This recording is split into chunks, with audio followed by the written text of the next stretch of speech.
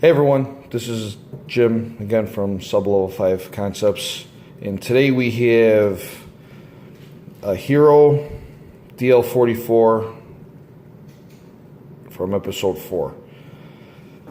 This is kind of a Frankenblaster, and what I mean by that is the parts are from a few different manufacturers. It's on a Denix. And this is an accurized Denix by Bobadette on the RPF.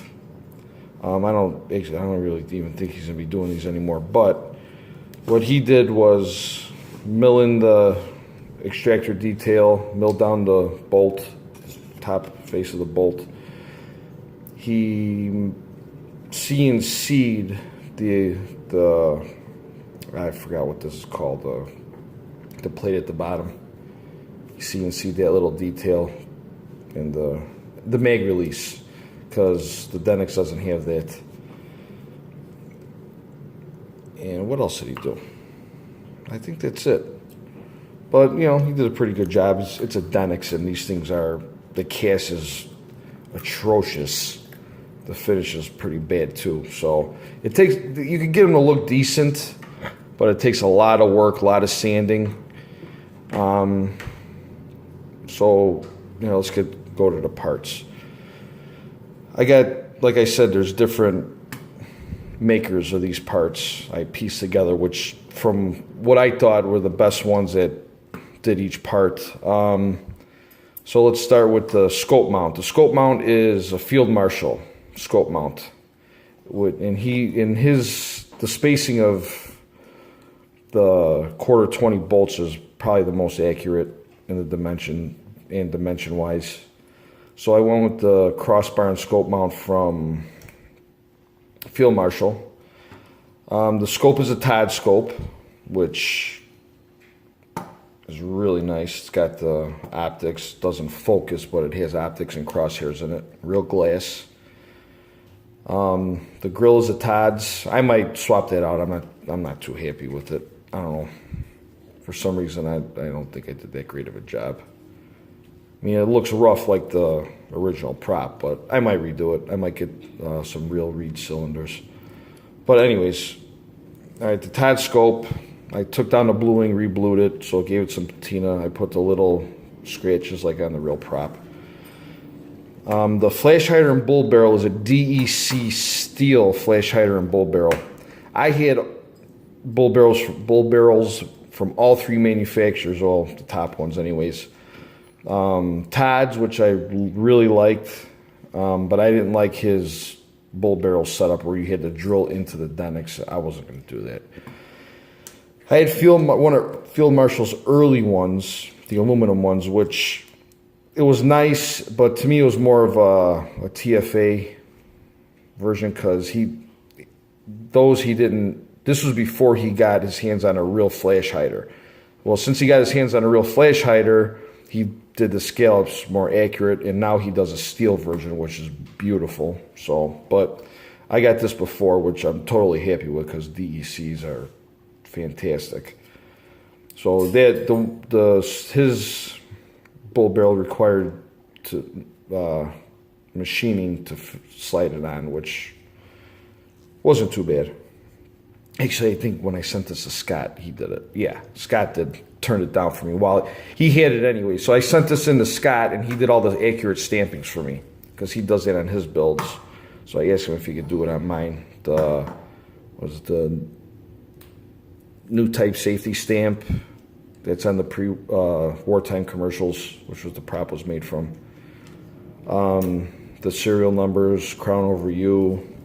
Then there's the military acceptance mark, and there's the other serial number down there. So he did a fantastic job on it. It just adds a nice detail to make it look more real. Also, from Scott, I got his stencils. His stencils are awesome. I know I gotta paint the threaded rod in there, which I'm probably going to do tonight. So, but yeah, his stencils are awesome. and they're fairly easy to do. I milled down the little hump over here. I milled that flat. What else did I? Well, obviously I milled down the barrel. And this is a Todd's T-track with his pistons. I shaped that, angled it. So, and let's get back to the finish. Oh, the grips are the Bobadette ones. They're all right. I might get some DC ones. I'm not too. They fit. They don't fit too well. But the finish, this was the hard part. After I got it back with all the stampings, I sanded everything. You really don't have to sand the bottom too much except to get the mystery disc in there. But especially the top, I sanded it till I got most of the pitting out. These casts are so bad. There's so much pitting in these casts. So I, went up to probably about 1,000 grit. And I wet sanded the last one, steel wooled it. And I used G96, I want to say, bluing. I don't have it handy. It's in the garage, so I'm not going to go get it. But I think it was G96 bluing. And it's way better than Birchwood Casey. It worked instantly in black. But that's what you have to do a lot of finish work on these to make them look decent. And obviously the blower, I spray painted it flat black. Then I took a shop rag and I, buffed it a little bit, so it looks like it was handled. And that's about it. I'm kind of happy with it.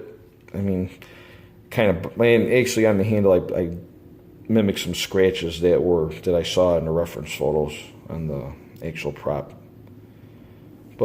And some of the scratches down here. But I'm kind of happy with it. It's a Denix.